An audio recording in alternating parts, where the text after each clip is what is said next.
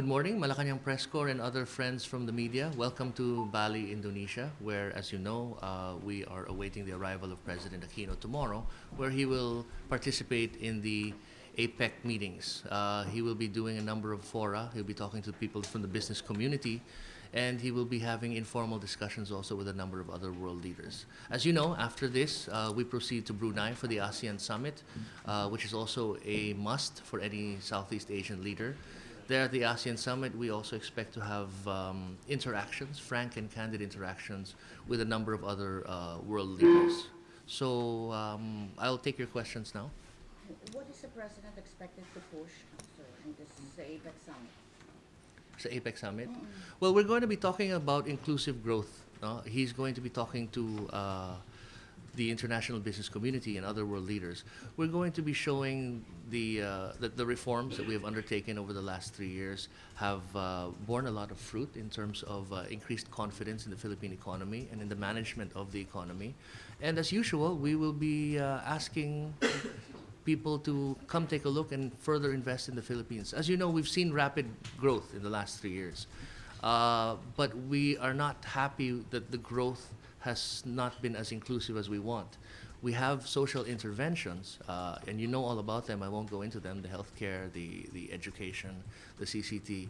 But we feel that we need to make a bigger push for investments, because investments is really what's going to sustain the economic momentum that we have.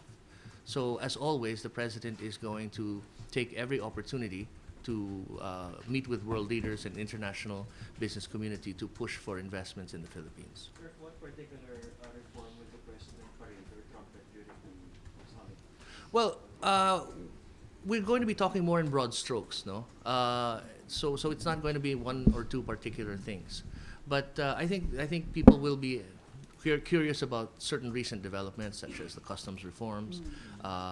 So we're prepared to explain to them and to talk to them about those. How about the expansion of CCP? Will that be discussed also during the presentation?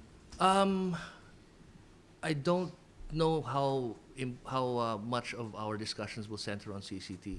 CCT kasi was introduced when we came in, and most people are aware of what's going on there, and we've been slowly expanding it over the years. No? But most of the curiosity about that has already been satisfied, so we don't expect to have a lot of discussions about that. So with his meetings with the business leaders, are we expecting some fresh investments or expansion of those already existing in the Philippines? Let's wait until some announcements are made. But there are some prospects. There are always good prospects. Even when the president does not go overseas, you have the economic team going overseas, and they've been doing this throughout the year. So really, we do hope to be able to push investments for the coming years. May naka-schedule ba ng mga bilaterals or full-aside meetings that you're looking into? There is a schedule that will be released. I'm sorry, I don't have it with me, but I can show you. I think we're releasing the schedule of the details of the schedule of the president before he arrives. Tapos how would the non-attendance of Barack Obama affect the objectives of the president in APEC? We think the non-attendance of President Obama is, well, first of all, we understand that. And President Obama has told President Aquino personally that he does intend to visit the Philippines and the region before his term ends. But they need to settle their domestic issues first, I think, before that happens. I'm not as concerned about the government shutdown in the United States as I am about the prospects of the failure to raise the debt ceiling. Kumbaga, if you're talking about the potential negative economic impact of what's happening, we would look beyond the government shutdown and to prospects of raising the U.S. debt ceiling. I don't want to go into detail about that because that's an internal matter, but the failure of the United States government to resolve that issue would have repercussions on international financial markets, and we would be concerned about that as well. How is the Philippines preparing for that possibility? Well, the most we can say is that I guess we have to do a little hand-holding of the international community. You know, this is going to have ripples throughout the world, and we're just a small part of that, no? But still, we need to prepare for that. We need to do a little hand-holding with the investors. I think the fact that Moody's finally gave us a credit rating upgrade, made us investment grade, and gave us a positive outlook is going to provide a lot of comfort to international investors. Regardless of what happens overseas, you can see that at least in the Philippines, we have gotten our act together economically. Our fiscal policies are sound. Our economic growth remains solid. The fundamentals are in place. So I think the markets will be able to distinguish between what's going on in other parts of the world and the fundamentals here. Going back din sa inclusive growth, earlier you mentioned you're not as happy as that the growth is not as inclusive as it should. Ano yung parang biggest source of frustration on the part of the government Well, I wouldn't call it frustration because or challenge? yeah, I don't want to get too technical, no, and stop me if I am. But if you look at the natural trajectory of growth, the lagging indicator is always employment and poverty. Meaning, in the natural course of a country's economic growth, if you grow 4 or 5 years at a steady pace, the tendency is the growth numbers will go, and then nahuhuli lagi yung employment and yung poverty figures. That's the same pattern we're seeing here. Despite the fact that we're investing billions of dollars literally on social services, we're still seeing a bit of a lag in employment and poverty numbers. If our economic models are correct, then as we near the end of President Aquino's term, we should be seeing significant improvement in the employment numbers and in the poverty numbers, assuming we can stay the course and we're able to attract the kind of investments that we're looking forward to. So yeah, and I wouldn't say so much it's a frustration. It's kind of something we expected, but still, the sooner we get those employment numbers up, the better it will be for everyone. So, just back dun sa debt ceiling, ano yung negative effects sa atin nun kung hindi na-raise yung debt ceiling? It's hard to say exactly what the effects will be, but if this leads to a I don't know, lack of confidence in international debt markets, that might have repercussions for the way that their willingness to fund debts of other countries. So again, I don't want to go into too much speculation about this, but I clearly, and the Philippines is not the only country that said this. Even other countries have expressed concern about the debt ceiling issue. So we can see that there's more apprehension about this. The possible impact would be more clearly felt in the debt markets.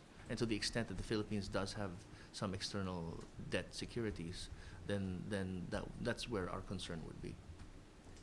Going back na sa absence ni President Obama, kasi di ba parang major issue rito, one of the major issues yung maritime dispute involving China and the Philippines. Parang people were saying na without Obama, China has the entire APEC and then ASEAN to itself, no? Well, not quite. I What would understand. happen to the Philippine cause or to the Philippine objectives? I don't think the Philippine objectives, which are a peaceful and rules-based resolution to the disputes, are going to be affected greatly by the absence of President Obama at 1 or 2 meetings. Certainly his presence here was welcome, but this is a long game, and if President Obama is not present in 1 or 2 meetings, then that's not going to have any impact on our position. I do understand that the Americans are sending a high-level delegation. We expect Secretary of State Kerry to be in these meetings. So I wouldn't put too much into the absence of the president in this round of meetings. Of course, we're assuming that the shutdown and the other issues get resolved at the soonest possible time, and that they don't drag on.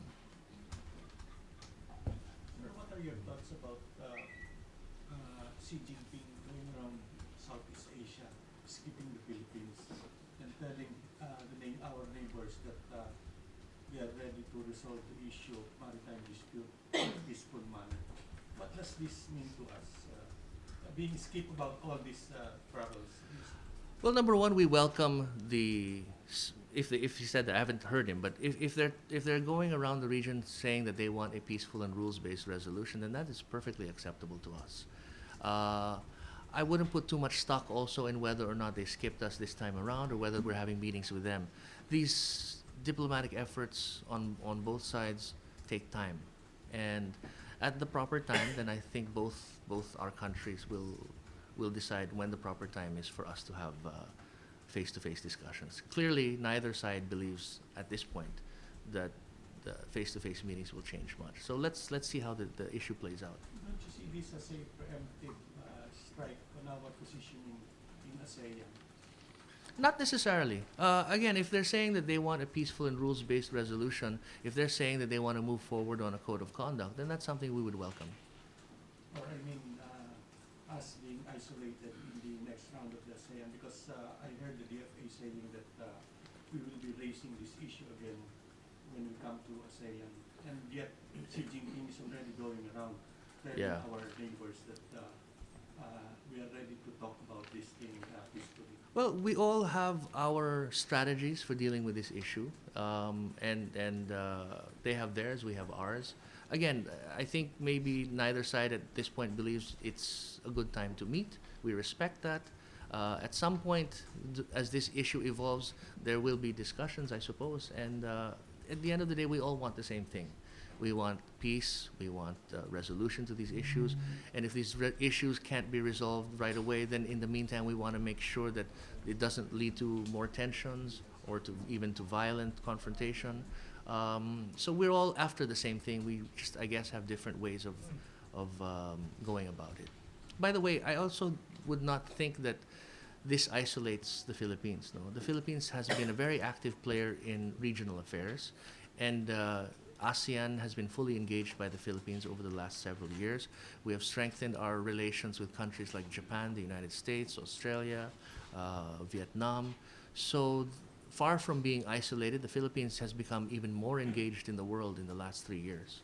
So would that mean that we will be able to get more support from our ASEAN neighbors despite what China is doing right now? It strengthens its position in terms of its relations with our other neighbors. Well, the ASEAN position is the common position, that there should be a rules-based resolution to the disputes. In the absence of that dispute, then we should be taking measures to prevent escalation of tensions. There's no difference between the ASEAN position and the Philippine position on that. So, again, I wouldn't read too much into what specific strategies are being employed by China at this point in time. We have the same goals ultimately, and we just have different ways of trying to resolve the issue. But I think at the end of the day, and I remain hopeful that these issues will be resolved. It is in no one's interest for tensions to get out of hand. And I think we are all acting in what we believe to be our national and regional interests to prevent tensions from escalating. When should be the good time for both countries to talk about this? That's beyond my pay grade. I think we'll leave that to the diplomats and the leaders of both sides to decide when the right time to talk is. But let me reiterate, just because they're not meeting, we should not read too much into the fact that they're not going to meet at these summits this time. There's diplomatic legal efforts that are being undertaken by both sides, and we both hope for a peaceful solution. And then, sir, the Philippines is hosting the APEC summit in 2 years. So have you begun observing how things are being undertaken here? Yes, and we're learning a lot from our Indonesian friends. Sometime in August, I was here as part of the APEC committee. We were looking at how the infrastructure is being set up for the media. We were expecting thousands, and I think they were correct. They were expecting thousands of reporters and journalists and producers from all over the world to come here. And you can see in your hotel, I think you've run into other colleagues from different parts of the world. No? And it's important that we observe and learn from the Indonesian experience, and that's why we've been doing our best to sort of understand how they're doing it. So we're confident that when they come to the Philippines, they will have a satisfying experience. Are we ready for that? We have 2 years. We will be ready. Sir, anong mapapakinabangan ng mga kababayan natin from this participation of the President in the summit? Well, number one, yung participation ng Pangulo, kahit sino man ang Pangulo ng Pilipinas at any given time, is pretty much a given. This helps solidify our relations with our neighbors. Yung participation natin in these fora are the basis of relationships that our leaders have with other leaders. And when those relationships become very important, when you have disputes, mas madaling tawagan ni Pangulong Aquino ang Prime Minister ng Malaysia or ang Presidente ng Indonesia dahil magkakilala na sila. So it's easier for them to reach agreement and consensus on issues and understand each other's positions kasi magkakilala sila. And that's hard to measure, but I think in terms of furthering our interest with our neighbors, it's also very valuable. Now, kung dun sa pag-uusap natin sa mga investors, may mga pumasok, no? Then yung pakinabang natin dun will be very concrete in terms of the amount of money that is poured into our country, in terms of the amount of jobs that are generated by those investments. It doesn't happen overnight. I'm sure you guys are aware of this. Naaalala po ninyo, noong 2010, nakipag-meeting tayo sa isang Thai conglomerate. And they expressed interest in investing in the Philippines. Because of those meetings, nagkaroon ng series of meetings and visits. And last year, yung Thai company na yon ay namuhunan sa Pilipinas. So it's not something that you meet with them today and tomorrow they announce an investment. This is a process that goes on over several months. And in the end, we do hope that it leads to significant investments and job creation.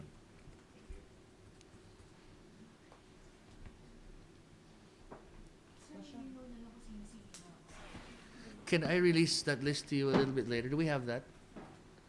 Okay, I'll let you know as soon as we get the list.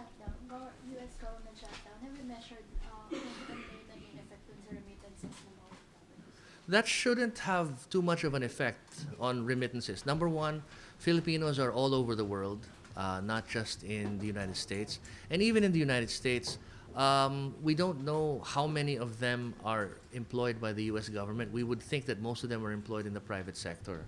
So we don't expect, katulad nga ng sinabi ko nung isang araw, we don't expect that much of an impact, assuming of course that the shutdown is not prolonged. Roy says ang kasama ni Pangulong Aquino when he arrives will be Secretary Albert Del Rosario, Secretary Cesar Purisima, Secretary Greg Domingo, Secretary Arsenio Balisacan, Secretary Rene Almendras, Secretary Julia Abad, and myself on the cabinet level. But I believe meron ding mga agency representatives observing dito sa Bali. Not just observing, also participating. We have. I mean, in line with the preparations. The preparations, yes, yeah, we do. What agencies? Communications, DFA, trade, tourism, finance. Security. Obviously, yeah, sorry, forgot about that. Yes, obviously, security, defense, Communications, trade, security. health, Health, yeah, finance. finance, tourism, DILG, DND. Sir, so far, ano yung na-identify ninyo na best practices ng Indonesia for communication? We need to see what happens. We were here when they were setting up, so we know what the infrastructure is. That infrastructure will be tested in the next few days, and we will have people there observing. So I think the lessons will come after it's over and we've evaluated it. And our friends are here also. Our RTVM friends are going to be very important in the preparations for this. Are we looking into the possible areas in the Philippines that Host. Host.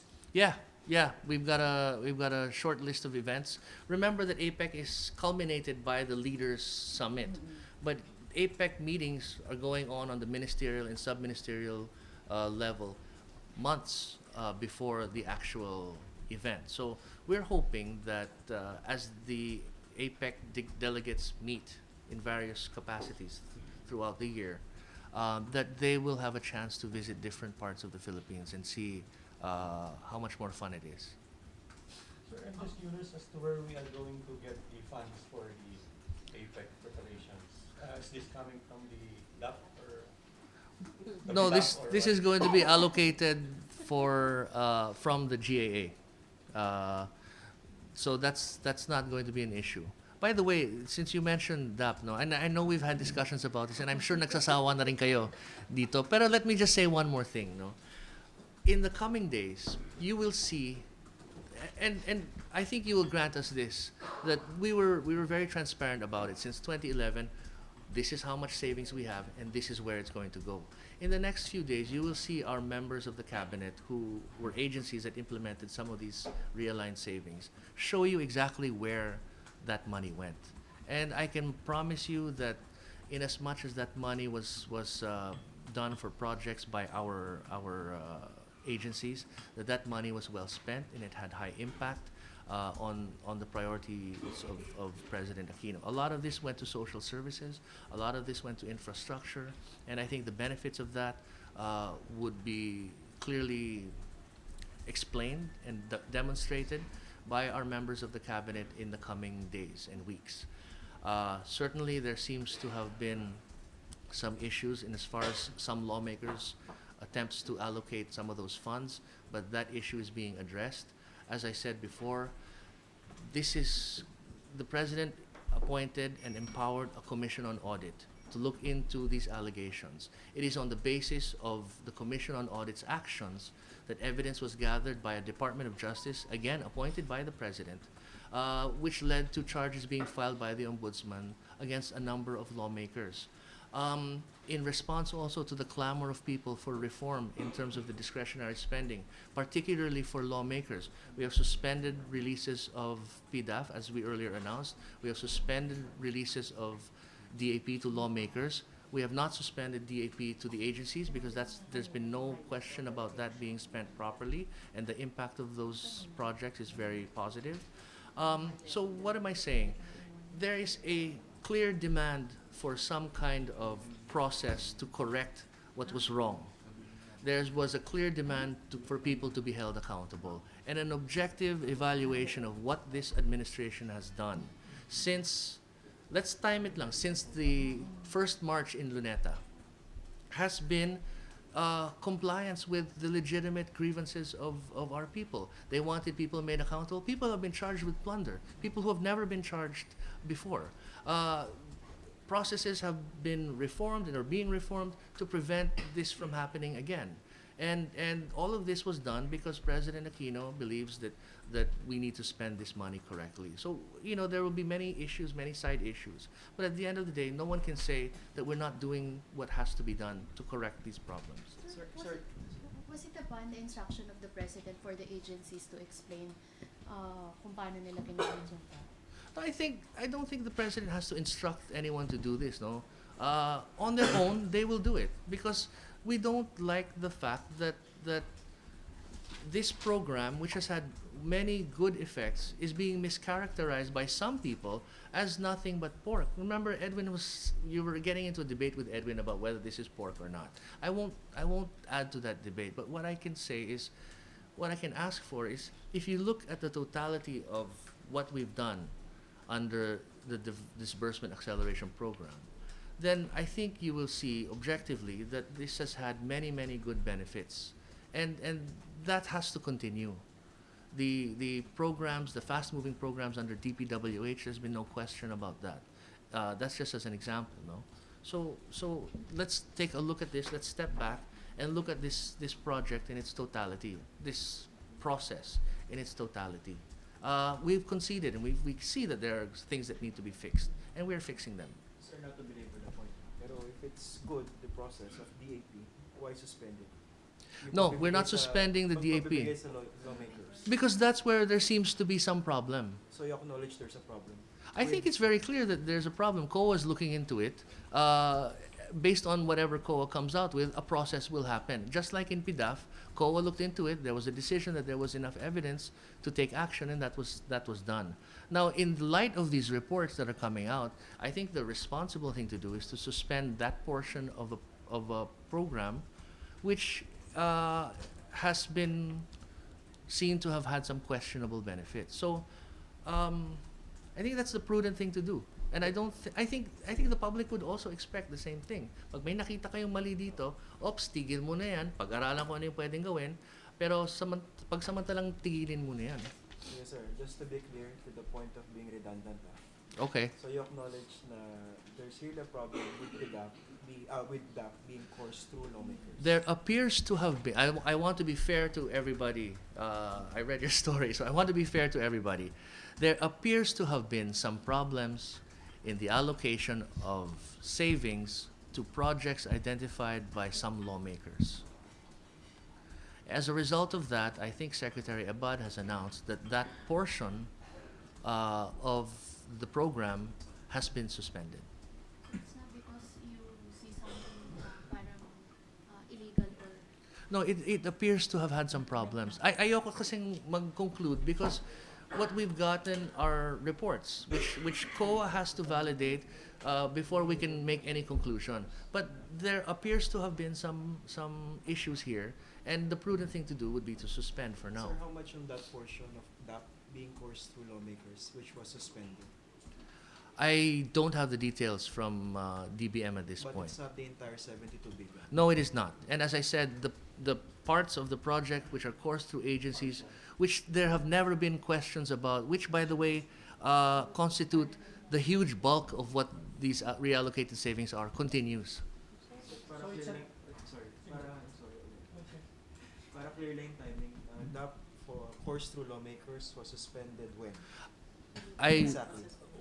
I think around the time when PDAF was When PDAF suspended. was This was around the time when the COA report was near its conclusion or had been concluded. The exact timing would be, I'm not trying to pass it on, but I don't have the exact timing, and it was DBM that did the suspension and the announcement, I So it think. was Friday before the Million People March. No, I don't know for a fact Because when it that's when you was. announced in a press conference. I think it that was PDAP actually- suspended. I can't go into exact timing, but I think we suspended it even before the announcement was made. We withheld PDAF releases for the second half. So as early as the beginning of the second half, which was what, July, we were already suspending that. Now, we didn't necessarily announce it, but again, I can't go into exactly when, no? But the announcement didn't necessarily mean that before we announced we had not done it. If I recall the announcement of Secretary Abad correctly, he said that they had already suspended it previous to the announcement. But you can get the details from him. I think the point here is, balikan ko lang, no?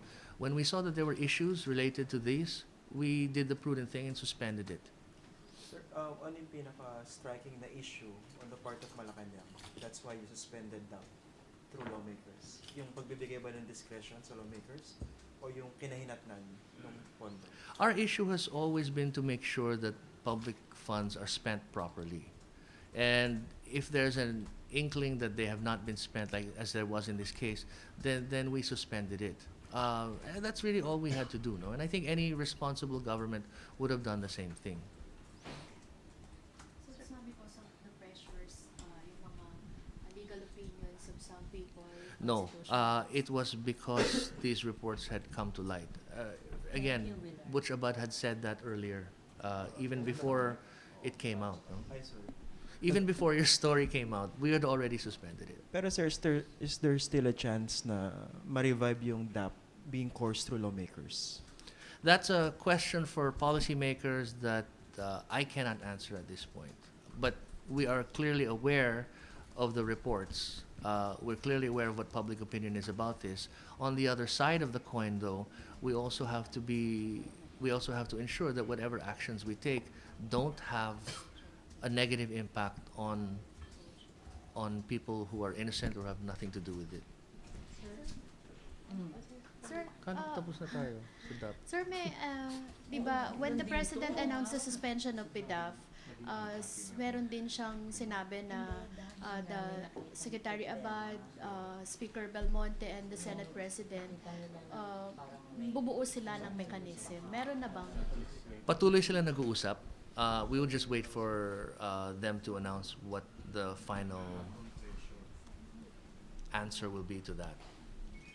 But I think, let me again go back, no, to the fact that the House passed a budget that removed PDAF and took the money and gave it to the agencies which have been implementing responsibly much of the government's funds.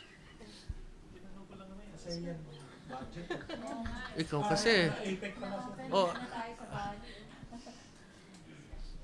no, guys, you know, we're very happy to answer these questions.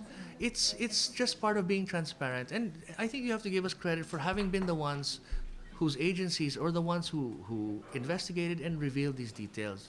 So we're very happy to answer questions. But all I'm saying is, balik natin sa konteksto. There are people who have been charged with misusing government funds, and I think they are the ones who should be made to answer the questions. Oh, Joyce, sige na. So, question lang. Bukas tayo dito, Sir, ba't niyo sinuspend yung sa lawmakers kung ang trabaho lang naman nila is to identify and actually the fund went to implementing agencies? Because, Joyce, there are reports coming out that some of these funds have been directed not in accordance with what is the practice of good governance. DAP funds, yan, sir. Yeah, apparently so. So I think it's just, I mean, if we didn't suspend, I think we would be criticized for continuing a project where there are reports that of anomalies. So I think the right thing to do is to suspend. We cannot prejudge anything. So suspension until such time that the facts become more clear, I think, is the prudent and the correct thing to do. Sir, pwedeng Again, just that portion, not the entire thing. Sir, pwedeng balikan lang yung sinabi niyo dun sa US shutdown. Yes, please. Sir, would the President take this opportunity sa APEC to start what you called hand-holding? I don't know, the President? Yeah, I mean, since he would be meeting with other world leaders who might also be, whose economies might also be affected by the shutdown. You know, I don't think it's for the Philippines to quote unquote do the hand holding for what is really a domestic issue in the United States. We need to make sure that our You mean for with- our domestic? I think our sorry, can we go back? Can we cut that? I understand your question now. It's already begun. Our economic officials have been engaging the international financial community. So what I referred to earlier as hand-holding is already being undertaken. Dagdag lang yung sa reason sa mga other infos dun sa hindi matuloy na pag-visit ni Obama sa Pilipinas. Yung sinasabi mo kanina na more on this. Alin na yan? Yung hindi matuloy na pagbisita ni Obama sa Pilipinas dahil sa shutdown. Mm-mm. So, yung sinasabi mo kanina na other info or other reasons na hindi matuloy. No, the only reason I understand that President Obama gave President Aquino was because of the government shutdown. That's the only reason I understand for him not being present here. Wala naman siyang binigay na ibang dahilan, as far as I know, no? Secretary, The same reason that you gave to Malaysia. Yeah, consistent. sir, are you at liberty now to tell us about any agreements to be signed by John Kerry? No, I'm not. Why not? Because the proper time and the proper agency to make those announcements is another time and another agency. As you know, Marie, the practice of this administration has been to wait and let other agencies make those announcements. Sir, at what stage na yung sa negotiation Ayun for sa the rotational presence. They're moving along. And we're confident that we will reach some agreement. Certainly there are issues. By October 11th. I am not going to put a date on when these agreements will be signed. I don't even know personally what specific issues are being addressed right now or what issues of contention there may or may not be. yung bang length of stay, one of the contentious? I wouldn't know. Pero sir, the president is being briefed on the updates of the... Absolutely, the president is fully updated and aware of the progress of the talks. Can you provide us with more details on the President's participation sa Leaders Retreat? Yeah. Normally, the leaders' retreat is an off-the-record discussion between the heads of state of the ASEAN. You're talking about ASEAN or No, APEC? Dahil na kami sa ASEAN. Let me see what details I can disclose. If I can give you more, I'll give them to you within the day. Connectivity. Yeah, but I don't know what the specifics are. But let me find out what I can say. As much as possible, I hope you understand. As much as possible, we don't want to preempt the event itself, and there are always things that can happen before the event that could change it. So it's better for us to just not give as much detail until such time that the event has been concluded, and at such time as I've been authorized. Sabi ni Weng, hindi raw ba makikita mata sa mata si Xi Jinping at si President Aquino? There's no schedule.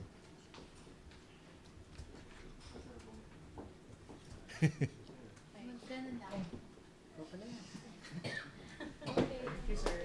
Thank you. Pero sir, Yes, sure Marie. na may bilateral si Pinoy here in APEC. My understanding is that there are.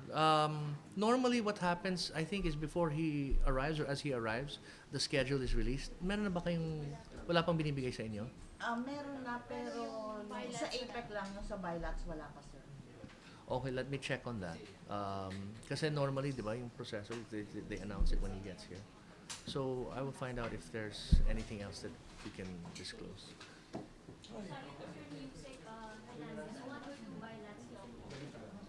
Yeah.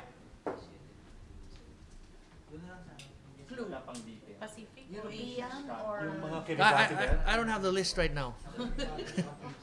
No, it's not a big secret. I just don't have the list. So I'll get the list and we'll see. Magkikita pa naman tayo, di ba? We'll be here for a few save days. for another day. Yeah. You have my number. We can get in touch with each other for those details. Give me the list of bilats if we have it. Okay na sir. Thank Okay. you. Thank you. Enjoy Bali.